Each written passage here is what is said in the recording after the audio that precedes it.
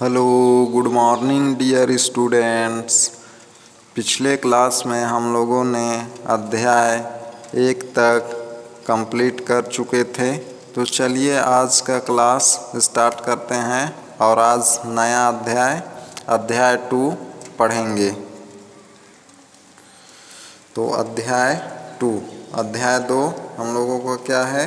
दो चरों का रैखिक समीकरण। दो चरों का रैखिक समीकरण, लीनियर इक्वेशन इन 2 वेरिएबल्स। तो चलिए देखते हैं क्या होता है दो चरों का रैखिक समीकरण। तो एक बार समझ लेते हैं कि दो चरों का रैखिक समीकरण क्या है। तो चलिए देखते हैं। तो दो चरों का रैखिक समीकरण, लीनियर इक्वेशन इन 2 वेरिएबल्स। तो समीकरण जिसको ax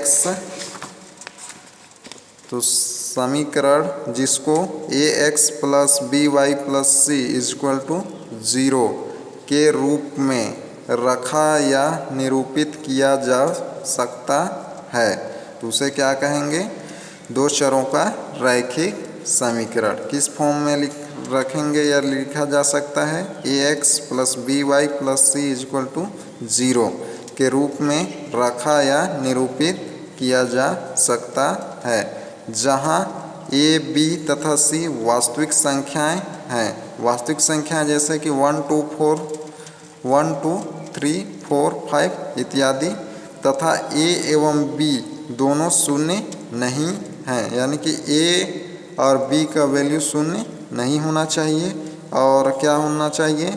A square plus B square equal does not equal 0, यानी कि बराबर नहीं होने चाहिए किसके? 0 के बराबर। तो दो चरों x और y में एक रैखिक समीकरण कहलाता है। तो ये समझ गए होंगे रैखिक समीकरण क्या है। तो एक बार देख लेते हैं रैखिक समीकरण।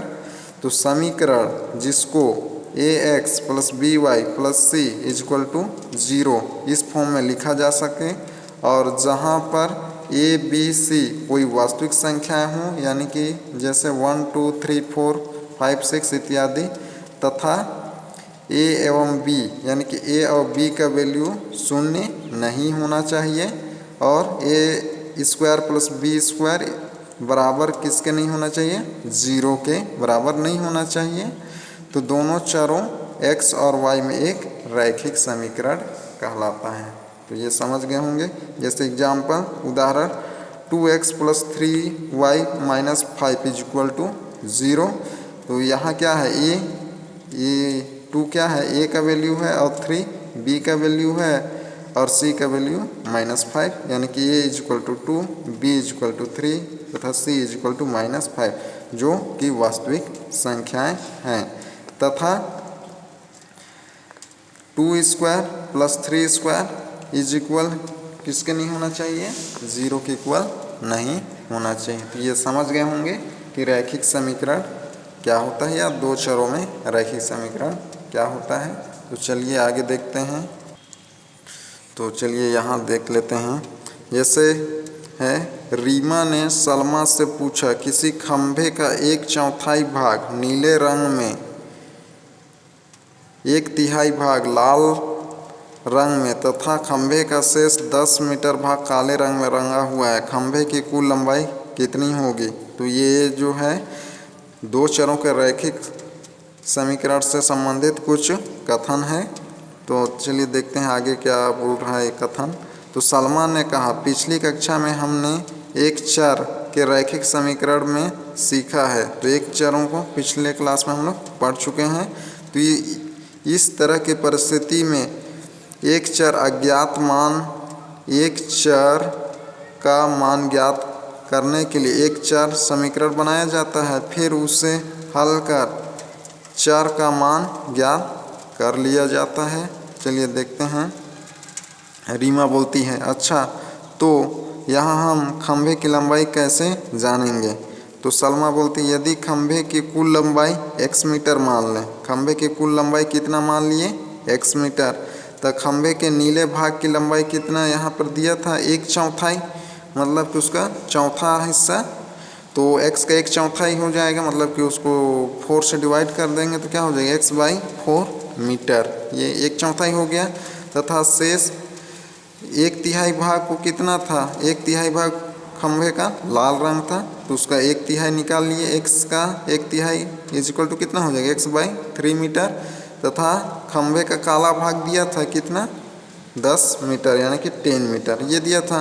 तो खंभे की कुल लंबाई, तो खंभे की कुल लंबाई कितना होगा, नीले भाग की लंबाई प्लस लाल भाग की लंबाई प्लस काले भाग की लंबाई, सभी को यहाँ क्या रख दें, यहाँ पर जो जो दिया था वैल्यू हम लोग अभी यहाँ पर ज्ञात किए थे, नीले का भी लाल का भी और काले का भी, और कुल लंबाई कितना माने थे x, तो ये x हो गया। नीले भाग की लंबाई कितना निकाल लिए थे हम लोग x/4, तो x/4 तो लाल भाग की लंबाई x/3, तो काले भाग की लंबाई कितना 10, तो ये इसमें रख दिए। अब यहाँ पर क्या ले लेंगे, एलसीएम ले लेंगे, 4 और 3 का एलसीएम लेंगे तो कितना आएगा 12, ये 12 हो गया। अब ये क्या है, एक भिन्न के रूप में है तो इस तरीके से रहता है, तो एलसीएम लेके हम लोग प्लस या माइनस करते हैं। तो एलसीएम लेंगे जैसे लिए तो 12 आया, तो 12 को यहाँ लिख दिए, और 12 को इस 4 से यानी कि प्रत्येक भिन्न बहुपद से क्या करेंगे, भाग देंगे हर से, तो हर यहाँ क्या है 4 है, इससे भाग दिए तो कितना है 3 का मल्टीप्लाई x से हो गया तो कितना हो गया 3x हो गया, यहाँ प्लस था प्लस लगा दिया, फिर इस 3 से डिवाइड किए किसको, इस 12 को, तो कितना आ गया 4 का मल्टीप्लाई x से तो 4x हो गया। यहाँ कुछ नहीं है मतलब कि क्या है, यानी कि 1 है, 1 से डिवाइड किए तो कितना आएगा 10 ही आएगा भागफल, तो उसका मल्टीप्लाई 1 से भाग देंगे तो कितना आ जाएगा भागफल 10 ही आएगा, और 10 का मल्टीप्लाई किस से कर देंगे 12 से, तो कितना हो जाएगा 12। एक बार दोबारा देख लेते हैं 10 वाले का, 10 में क्या है 1 है, 1 से भाग दिए 12 को तो कितना आ जाएगा भागफल 12 ही आएगा, 12 का मल्टीप्लाई किससे 10 से, तो क्या हो जाएगा 120, तो इस तरीके से ये हो गया। अब यहाँ से क्या हो जाएगा क्रॉस मल्टीप्लाई हो जाएगा, यहाँ 12x हो जाएगा और 3x और 4x को प्लस किए तो कितना आ जाएगा 7x, और 120 का 120 हो जाएगा। अब x वाले पद को एक तरफ ले लाएंगे तो x वाले को 7 है, 7 में है x, इसमें नहीं है x, तो इसको इधर ले लाए तो क्या हो गया माइनस हो जाएगा, पक्षांतर कर दिए हैं, यानी कि 12 minus 7x is equal to 120। अब यहाँ माइनस कर देंगे तो कितना बच जाएगा 5x इज इक्वल टू 120।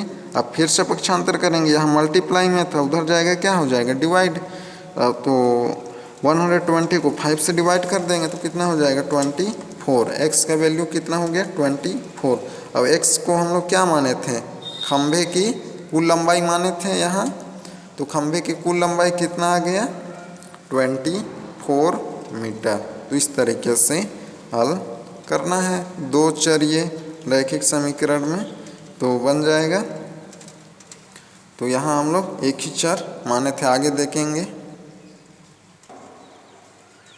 आगे है एग्जाम्पल नंबर 1, तो एग्जाम्पल नंबर 1 है हम लोग का, सलमा कहती है कि मेरे अंक तुम्हारे अंक से 2 अधिक है और दोनों के अंकों का योग 14 है, तो हम दोनों के कितने कितने अंक होंगे। तो क्वेश्चन क्या बोल रहा है, सलमा बोलती है मेरे अंक तुम्हारे अंक से 2 अधिक है, तो किसके पास अधिक है, सलमा के पास, किससे, तुम्हारे अंक से 2 अधिक है और दोनों अंकों का योग 14 है, हम दोनों के कितने अंक होंगे। तो यहाँ पर सलमा का अधिक है किससे, रीमा से, कितना अधिक है 2 अंक अधिक है, तो मान लिए रीमा माना मेरे अंक कितने हैं x है, रीमा के अंक को कितने मान लिए x मान लिए, और तुम्हारे अंक तो सलमा के अंक कितने हो जाएंगे x + 2 होंगे, तो दोनों का योगफल कितना दिया था 14 दिया था हम लोग का, तो दोनों का अंकों को प्लस कर देंगे, दोनों का अंकों का योग 14 है, तो इसलिए दोनों का अंक क्या हो जाएगा प्लस, यानी कि x + x + 2 = 14।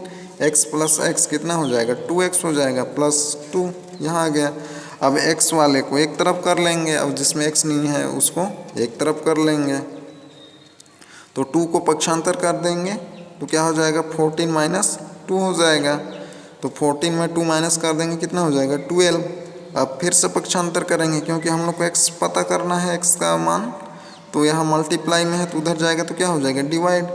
तो अब डिवाइड कर देंगे 12/2, तो इससे डिवाइड कर देंगे तो कितना हो जाएगा 2 6 जा 12। तो यानी कि x का वैल्यू कितना हो गया 6 हो गया। यानी कि मेरे अंक 6 और तुम्हारे अंक 8 हैं। तो इस तरीके से बनाना है तो बन जाएगा। तो आगे देखते हैं उदाहरण नंबर 2। तो उदाहरण नंबर 2 देख लेते हैं।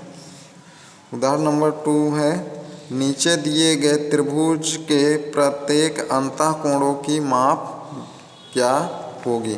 तो ये एक त्रिभुज है, इसके अंतःकोण की माप क्या होगी प्रत्येक का। जैसे ए का अंतःकोण कितना दिया है x दिया गया है, और b का x + 40 और c का x + 20। तो हम लोग जानते हैं कि त्रिभुज के तीनों अंतःकोणों का योग कितना होता है 180 डिग्री होता है। तो चूंकि त्रिभुज के तीनों अंतःकोणों का योग 180 होता है, इसलिए क्या हो जाएगा कोण A + कोण B + कोण C = 180। अब सभी का वैल्यू हम लोग क्या कर देंगे इसमें पुट कर देंगे। A का वैल्यू x था तो x पुट कर दिए, B का वैल्यू था x + 40 तो x + 40 पुट कर दिए, प्लस C का वैल्यू कितना था x + 20 तो x + 20 पुट कर दिए। तो ये = 180। अब यहाँ से ब्रैकेट हटा देंगे हम लोग, ब्रैकेट हटाएंगे तो क्या होगा सब प्लस में आ जाएगा x, यहाँ x यहाँ, यानी कि 3 बार x है तो कितना हो जाएगा 3x हो जाएगा। अब 40 + 20 कितना हो जाएगा 60 = 180। अब 60 को पक्षांतर कर देंगे, यहाँ क्या था प्लस था तो उधर जाएगा तो माइनस, 180 माइनस 60 हो जाएगा = आगे इम्प्लाइज दैट 3x = 120। x चाहिए हम लोग को, तो 3 को फिर से पक्षांतर कर देना पड़ेगा तो 120 के नीचे आ जाएगा यानी कि डिवाइड में। तो x अब यहाँ से डिवाइड कर देंगे तो कितना आ जाएगा 40। तो x का वैल्यू कितना मिल गया 40 मिल गया। अब x का वैल्यू मिल गया तो इसमें हम लोग पुट कर देंगे तो सभी का हम लोग को वैल्यू फाइंड हो जाएगा। तो इसलिए दिए गए त्रिभुज के प्रत्येक अंतःकोणों की माप निम्नलिखित होगी। a = x डिग्री था तो x का वैल्यू कितना है 40, तो a का वैल्यू कितना हो गया 40। और b = x डिग्री + 20 = 40 + 20 = 60 डिग्री, इसमें पुट कर दिए। और अगला c का वैल्यू यहाँ पर b का वैल्यू कितना है ये है, तो b का वैल्यू इसमें रखेंगे तो यहाँ पर मिस्टेक हो गया है, तो ये होगा आपका c होगा और ये होगा b। तो b का कितना था x डिग्री + 40 = 40 + 40 = 80 डिग्री होगा इसका वैल्यू। और c का वैल्यू कितना था x डिग्री + 20 था तो ये हो गया। अब इसमें रख देंगे x का वैल्यू 40 + 20 = 60। तो इस तरीके से एग्जाम्पल नंबर 2 भी बन जाएगा। a b c तीनों का वैल्यू हम लोग पता कर लिए और तीनों क्या थे त्रिभुज के अंतःकोण थे, तो बन जाएगा। तो आगे देखते हैं समीकरण बनाना। अब समीकरण कैसे बनाते हैं यहाँ देखते हैं। जैसे सलमा और रीमा ने कुछ ऐसे सवालों पर भी चर्चा की, जैसे कि मेरे बैग में 50 पैसे और 1 रुपये के सिक्के हैं, बैग में कुल 100 सिक्के यानी कि 100 सिक्के हैं, तो 50 पैसे और 1 रुपये के कितने सिक्के हैं। तो यहाँ पर 2 अलग अलग प्रकार के सिक्के हैं और उनकी संख्या अलग अलग है। हमें दोनों ही पता करना है, अतः दोनों की संख्या को अज्ञात द्वारा दर्शाना होगा। अतः हम 50 पैसे के सिक्कों की संख्या को x तथा 1 रुपये के सिक्कों की संख्या को y मानेंगे। हम जानते हैं कि बैग में कुल सिक्कों की संख्या कितनी थी?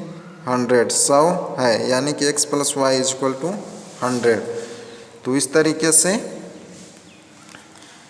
ये समीकरण हम लोग का मिल गया। तो चलिए फिर से एक बार देख लेते हैं। तो एक बैग है जिसमें क्या है, 50 पैसे और 1 रुपये के सिक्के हैं, और बैग में कुल 100 सिक्के हैं, यानी कि 100 सिक्के हैं। तो 50 पैसे और 1 रुपये के कितने सिक्के हैं? तो एक ही बैग में दोनों सिक्कों को डाला गया है, 1 रुपये 50 पैसे और 1 रुपये को, और दोनों को मिलाकर कितने सिक्के हैं? 100 सिक्के। तो इसलिए हम लोग यहाँ पर दोनों का वैल्यू, यानी कि दोनों सिक्के का वैल्यू क्या होता है? अलग अलग होता है, यानी कि अलग अलग प्रकार के सिक्के हैं, और हमें दोनों को ही पता नहीं, दोनों का ही पता नहीं है कि कितने सिक्के हैं, और दोनों का टोटल यानी कि कुल 100 दिया। तो इसलिए यहाँ पर हम लोग दो अलग अलग चर मानेंगे, एक किस में? x में, और दूसरा y में। तो यहाँ पर x जो है हम लोग को 50 पैसे के सिक्कों की संख्या को x माने, और 1 रुपये को y माने, और कुल सिक्कों की संख्या कितना था? 100। कुल मतलब प्लस, तो दोनों को क्या कर दिए? प्लस कर दिए, x + y = 100। तो ये बन गया हम लोग का समीकरण। तो इस तरीके से समीकरण बनाना है, लेकिन हम अभी भी यह नहीं बता सकते कि दोनों प्रकार के सिक्कों की संख्या कितनी होगी। तो कितनी होगी ये भी नहीं बता सकते। तो इसी प्रकार कुछ और उदाहरण देखेंगे जिसमें समीकरण तो बनता है लेकिन उसके हल पता नहीं चल पाता। जैसे देखते हैं उदाहरण number 3, example number 3। Example number 3 क्या है, चलो देखते हैं। तो कुछ हिरन और कुछ सारस पक्षी के पैरों के कुल संख्या 180 है। तो कुछ हिरन है और कुछ सारस पक्षी के पैरों की संख्या 180 है। तो यहाँ पर हिरन है और सारस है, तो दोनों के पैरों की कुल संख्या कितना दिया है? 80 दिया गया है। तो इसका जैसे मान लिए हिरणों की संख्या x मान लिए, हिरणों की संख्या क्या मान लिए हम लोग? x मान लिए, और सारस पक्षियों की संख्या को क्या मान लिए? y मान लिए। चूँकि हिरण के 4 पैर होते हैं, क्योंकि हिरण के 4 पैर होते हैं, तो हिरण की संख्या x थे, तो एक हिरण का 4 पैर होगा, तो कुल हम लोग के पास कितने हिरण हैं? x हिरण है, तो सभी हिरणों के पैरों की संख्या निकल जाएगा। अगर कुल में एक हिरण के पैर को क्या कर देंगे? मल्टीप्लाई कर देंगे। तो अतः हिरणों के पैरों की संख्या कितना हो जाएगा? 4x हो जाएगा। तो इस तरीके से हिरणों के कुल पैरों की संख्या हम लोग को कितना हो गया है? पता चल गया कितना? 4x। अब चूंकि सारस पक्षी के पैर, तो पक्षी के कितने पैर होते हैं? 2 पैर होते हैं, और सारस पक्षियों की संख्या कितना माने थे हम लोग? y माने थे। तो एक पक्षी का पैर हम लोग को पता चल गया कितना था? 2 था। तो उसको कुल पक्षियों से मल्टीप्लाई कर देंगे तो क्या हो जाएगा? पक्षियों के कुल पैरों की संख्या निकल जाएगा।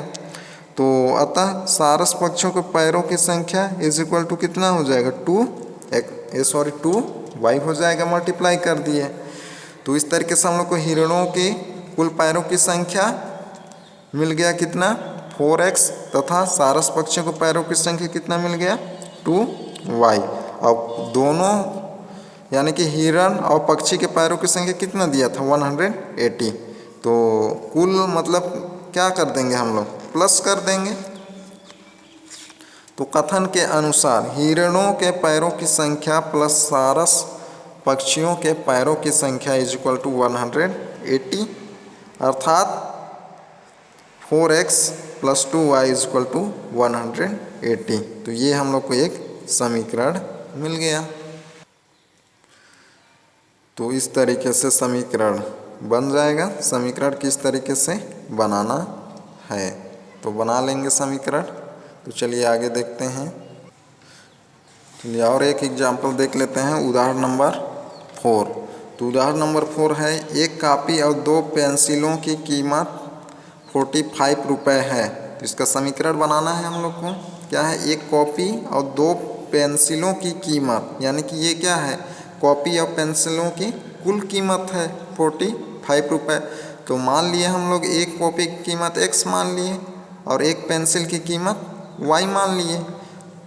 तो कुल रुपये 45 था, तो दोनों का कीमत को क्या कर देंगे, प्लस कर देंगे। तो एक कॉपी की कीमत प्लस 2 पेंसिलों की कीमत इज इक्वल टू 45। तो एक कॉपी की कीमत कितना माने थे, x, और 2 पेंसिलों की कीमत y माने थे। तो ये हो जाएगा 2y हो जाएगा, 2 का 1 का y है तो 2 पेंसिल का कितना होगा 2y। तो हम लोग का समीकरण क्या मिल जाएगा, x plus 2y is equal to 45। तो ये हो जाएगा उदाहरण नंबर 4। तो बना लेंगे समीकरण। इसी तरीके से करके देखें, मैं कुछ एग्जाम्पल दिया है क्वेश्चंस, तो यहाँ पर इसको करके देखेंगे आप लोग। तो आगे है युगपद समीकरण, ये हम लोग बाद में देखेंगे। तो आगे देखते हैं प्रश्नावली। तो प्रश्नावली 1, तो प्रश्नावली 1 है क्वेश्चन नंबर 1, निम्नलिखित कथनों को समीकरण के रूप में लिखिए। तो समीकरण के रूप में लिखना है हम लोगों को, जो कथन दिया है उसको देखते हैं। पहला कथन क्या है, एक विद्यालय के क्रिकेट कोच ने 3 बल्ले और 6 गेंदे 3900 यानी कि 3900 रुपये में खरीदी। वहीं से उन्होंने एक बल्ला और 2 गेंदे 1300 यानी कि 1300 रुपये में खरीदी। तो इसका हम लोग क्या बनाना है, समीकरण बनाना है। ये कथन के रूप में है। एक बार फिर से देखते हैं, 3 बल्ले और 6 गेंदे का मूल्य कितना है, 3900 रुपये यानी कि 3900 या 3900 रुपये है। दोनों को मिला के एक बल्ला 3 बल्ले और 6 गेंदे का है। और उसी तरीके से वहीं से उन्होंने एक बल्ला और 2 गेंदे कितने 1300 रुपये में खरीदी है। तो समीकरण बनाना है। तो चलिए देखते हैं किस तरीके से समीकरण बनेगा। तो यहाँ हम लोगों को पहले क्या पता करना पड़ेगा, एक बल्ले और एक गेंद का मूल्य पता करना पड़ेगा। तो उसके लिए हम लोग मान लेंगे, यदि एक बल्ले का मूल्य हम लोग कितना मान लेते हैं x रुपये, अब एक गेंद का मूल्य हम लोग कितना मान लेते हैं y रुपये। तो क्या हो जाएगा, ये यहाँ पर संख्या, तो 3 बल्ले का कितना हो जाएगा 3x और 6 गेंदे का कितना हो जाएगा 6y। तो चलिए हल देखते हैं। तो हल, तो मान लिए, माना एक बल्ले की कीमत इज इक्वल टू x मान लिए तथा एक गेंद की कीमत इज इक्वल टू y मान लिए। तो पहला कथन में क्या बोला था, 3 बल्ले और 6 गेंदों का कीमत दिया था 3900 रुपये। तो यहाँ प्रश्नानुसार लिख देंगे, प्रश्न से। तो एक का कीमत कितना है x है, यानी कि बल्ले का, और एक गेंद का कीमत y है। तो वहाँ कितना बल्ला था, 6 बल्ले थे। तो 6 बल्ले का कितना हो जाएगा, यानी 6x होगा। तो 6x हो जाएगा तथा बल्ले की संख्या कितना था 3 था, यानी कि 3x हो जाएगा। और गेंद की कीमत कितना है y है, तो कितना गेंद था 6 था, तो कितना हो जाएगा 6y हो जाएगा। और ये दोनों का मूल्य, यानी इसलिए क्या हो जाएगा प्लस इज इक्वल टू कितना हो दिया था 3900। तो इस तरीके से ये समीकरण हो जाएगा। तो बन जाएगा इतना रुपए। और दूसरा में क्या बोला था, तथा दूसरा में फिर एक बल्ले का दिया, हम लोग को पता है कितना है x, अब गेंद का y है एक का, तो एक बल्ले का कीमत कितना होगा x ही होगा, तो x हो जाएगा। और कितना गेंद था, 2 गेंद था यानी कि 2y हो जाएगा। और कुल यानी कुल मतलब प्लस, तो इसलिए यहाँ पर क्या कर देंगे प्लस इज इक्वल टू कितना रुपए था, 1300 था। तो इस तरीके से समीकरण बन गया हम लोग का। तो ये एक समीकरण, अब ये दूसरा हो जाएगा आंसर। तो इस तरीके से कथन से हम लोग को समीकरण बनाना है। तो और एक देख लेते हैं, और एक है अगला है हम लोग का, अगला क्वेश्चन है, दो संख्याओं का योग 16 तथा उनका अंतर 8 है। तो योग कितना है 16 और अंतर कितना है 8 है। तो इस कथन को हम लोग किस में लिखना है, समीकरण के रूप में लिखना है। तो चलिए देखते हैं इसका हल।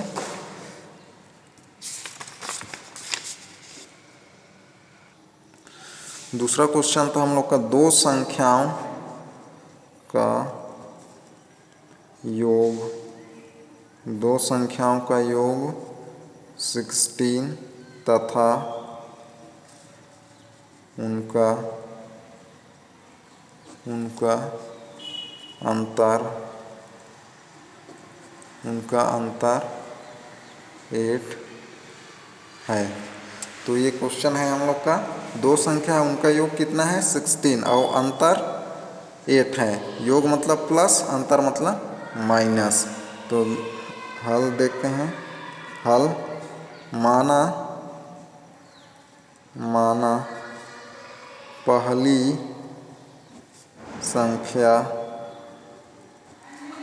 पहली संख्या इज इक्वल टू x। पहली संख्या हम लोग x मान लिए तथा दूसरी संख्या इज इक्वल टू y। तो एक संख्या को हम लोग क्या मान लिए y और दूसरी संख्या को एक संख्या को हम लोग x मान लिए और दूसरी संख्या को y मान लिए। अब प्रश्नानुसार क्या बोला था, पहला प्रश्नानुसार क्या था योग 16 और दूसरा प्रश्नानुसार क्या था अंतर 8 है। तो यहाँ पर प्रश्नानुसार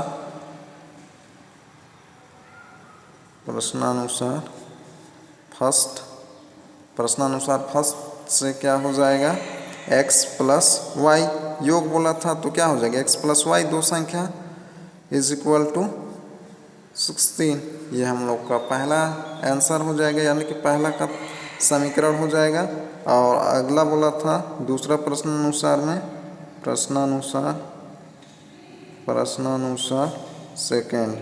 सेकेंड में क्या बोला था, उनका अंतर 8 है। दो संख्या क्या है x और y है, तो इसका अंतर हो जाएगा x minus y is equal to 8। तो ये दूसरा समीकरण हो जाएगा। इस तरीके से हम लोग को बनाना है, कथन दिए रहेगा तो समीकरण तो बन जाएगा। तो चलिए आगे देखते हैं। आगे है क्वेश्चन नंबर 3। तो क्वेश्चन नंबर 3 आप लोग बनाएंगे, क्या है देखते हैं। एक फल की दुकान पर 2 किलोग्राम सेब तथा 1 किलोग्राम अंगूर का मूल्य 160 रुपये था। तो उसी दुकान पर 4 किलोग्राम यानी कि 4 kg सेब व 2 kg अंगूर का मूल्य 300 रुपये था। तो इसका भी हम लोग को क्या बनाना है समीकरण, तो ये बनाएंगे। तो और एक अगला क्वेश्चन है क्वेश्चन नंबर 4। तो क्वेश्चन नंबर 4 है, नरेश ने अपनी पुत्री से कहा कि 7 साल यानी कि 7 साल पहले मेरी आयु तुम्हारी आयु से 7 गुनी थी और अब से 3 साल बाद मेरी आयु तुम्हारी आयु की 3 गुनी हो जाएगी। तो चलिए इसका हल देखते हैं। तो क्वेश्चन नंबर 4 है, नरेश ने अपनी पुत्री से कहा कि 7 साल पहले मेरी आयु तुम्हारी आयु से 7 गुनी थी और अब से 3 साल बाद मेरी आयु तुम्हारी आयु की 3 गुनी हो जाएगी। तो ये कथन है, इसका समीकरण बनाना है। तो पहले तो हम लोगों को दोनों का वर्तमान आयु मानना पड़ेगा, फिर 7 साल बाद उनकी आयु ज्ञात करेंगे, इसके बाद प्रश्नानुसार चलेंगे। तो देखते हैं हल। तो मान लेते हैं, माना नरेश की वर्तमान आयु, नरेश की वर्तमान आयु कि हम लोग x वर्ष मान लिए, x वर्ष, तथा पुत्री की आयु को y मान लेंगे, तथा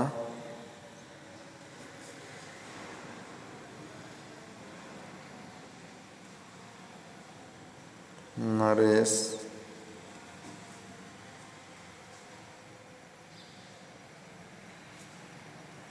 पुत्री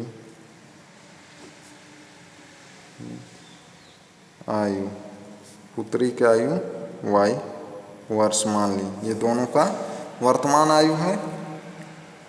अब क्या बोलता है, नरेश ने अपनी पुत्री से कहा 7 साल पहले मेरी आयु तुम्हारी आयु से 7 गुनी थी। तो ये कथन क्या है, 7 साल पहले के लिए है।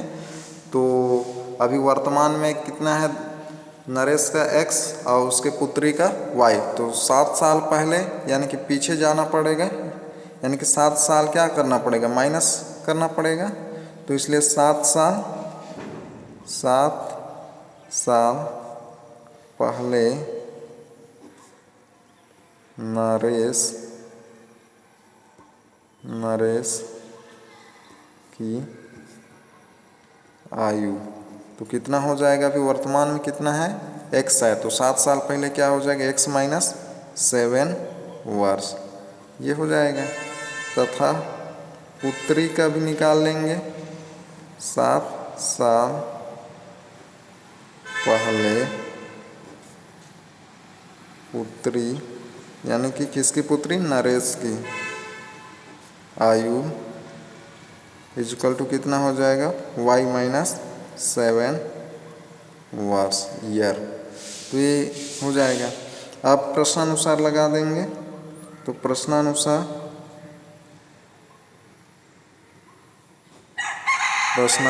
क्या हो जाएगा, प्रश्नानुसार तो 7 साल पहले किसकी आयु, नरेश की आयु उनके पुत्री के किसके बराबर, 7 गुने के बराबर था। तो इसलिए क्या हो जाएगा, x minus 7 is equal to पुत्री का आयु कितना है, y माइनस 7 कितने के बराबर हो जाएगा, ये नरेश का है, ये उनकी पुत्री का है। तो बराबर कब होगा, जब ये पुत्री का 7 गुना होगा। तो यहाँ पर क्या हो जाएगा, 7 का मल्टीप्लाई।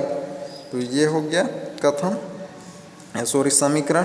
अब इसको सॉल्व कर देंगे तो होगा आगे x माइनस 7, यहाँ से इसको मल्टीप्लाई करेंगे तो क्या हो जाएगा, 7y, और 7 का इस 7 से 7 7 जा 49, यानी कि माइनस का 49 हो जाएगा।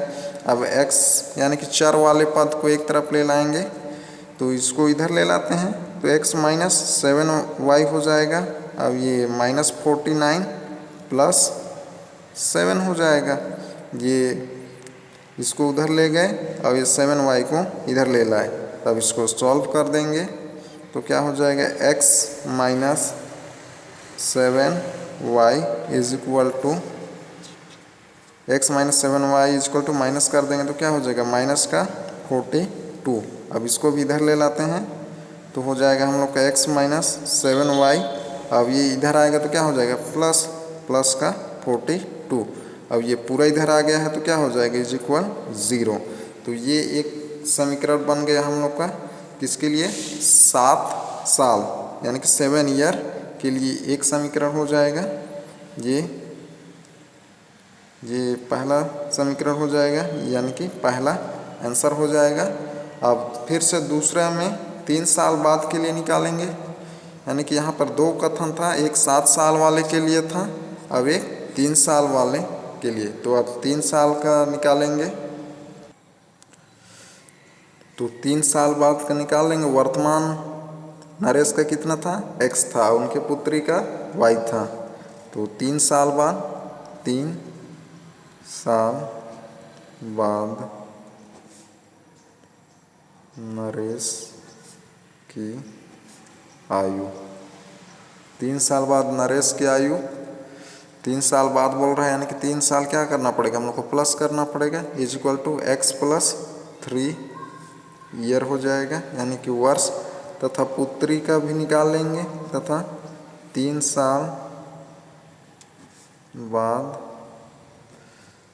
पुत्री यानी कि नरेश की पुत्री की आयु इज इक्वल टू क्या हो जाएगा, y प्लस 3 वर्ष। तो ये 3 साल बाद हम लोग को आयु दोनों का पता चल गया। अब प्रश्नानुसार लगा देते हैं। अब प्रश्नानुसार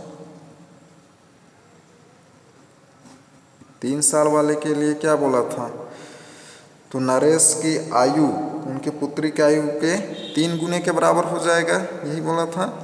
तो क्या हो जाएगा, नरेश की आयु 3 साल बाद हम लोग का क्या है, x प्लस 3 और उनकी पुत्री की आयु y प्लस 3। ये कब बराबर होंगे, जब उनके पुत्री की आयु को 3 गुना कर देंगे। 3 गुना मतलब 3 से मल्टीप्लाई, तो ये हो जाएगा इज इक्वल टू हो जाएगा, तभी क्या होगा, बराबर होगा, ये कथन बोला था।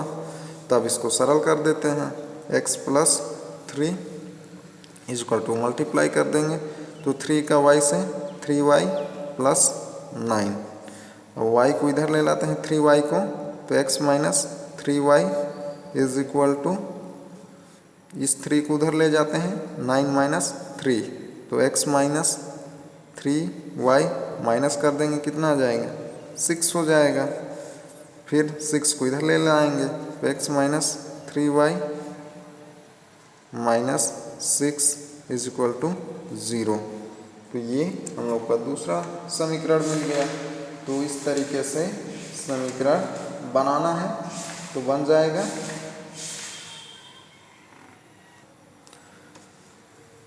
तो ये हम लोग का समीकरण नंबर 2 यानी कि आंसर 2 हो जाएगा। तो इस तरीके से बनाना है। तो आगे देखते हैं, आगे है और एक क्वेश्चन है कथन वाला। कथन दिया है, समीकरण बनाना है। क्वेश्चन नंबर 5 है, एक व्यक्ति घर से कार्यालय तक जाने के लिए 90 किलोमीटर यानी कि 90 किलोमीटर की दूरी तय करता है। इसके लिए वह ट्रेन और टैक्सी का उपयोग करता है। व्यक्ति द्वारा टैक्सी से तय की गई दूरी तथा ट्रेन से टैक्सी से तय की गई दूरी ट्रेन से तय की गई दूरी की 2 गुनी है। तो इसका समीकरण बनाना है,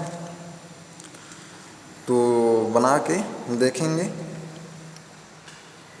तो क्या बोल रहा है, कार्यालय, फिर से एक बार देख लेते हैं। एक व्यक्ति घर से कार्यालय तक जाने के लिए 90 किलोमीटर की दूरी तय करता है, यानी कि टोटल दूरी कितना, 90 किलोमीटर। इसके लिए वह किसका उपयोग करता है, ट्रेन से और टैक्सी से। तो यहाँ तक एक कथन होगा। फिर दूसरे में क्या बोलता है, व्यक्ति द्वारा टैक्सी से तय की गई दूरी ट्रेन की से तय की गई दूरी के 2 गुनी है। तो एक को यहाँ आप लोग क्या मान लेंगे, x मान लेंगे, और दूसरी द्वारा तय की गई दूरी को y मान लेंगे। जैसे यहाँ मान लो टैक्सी को x मान लेना और ट्रेन का y मान लेना, फिर इस कथन अनुसार रख देना है। तो ये बनाएंगे। तो आप लोगों का होमवर्क देखते हैं। तो होमवर्क में रहेगा ये क्वेश्चन नंबर 3 प्रश्नावली 1 का क्वेश्चन नंबर 3 और क्वेश्चन नंबर 5। तो ये होमवर्क में है। तो ये 2 क्वेश्चन आप लोग होमवर्क में करेंगे। तो आगे अगले क्लास में देखेंगे। तो आज का क्लास यही समाप्त करते हैं। Okay, bye, see you next class.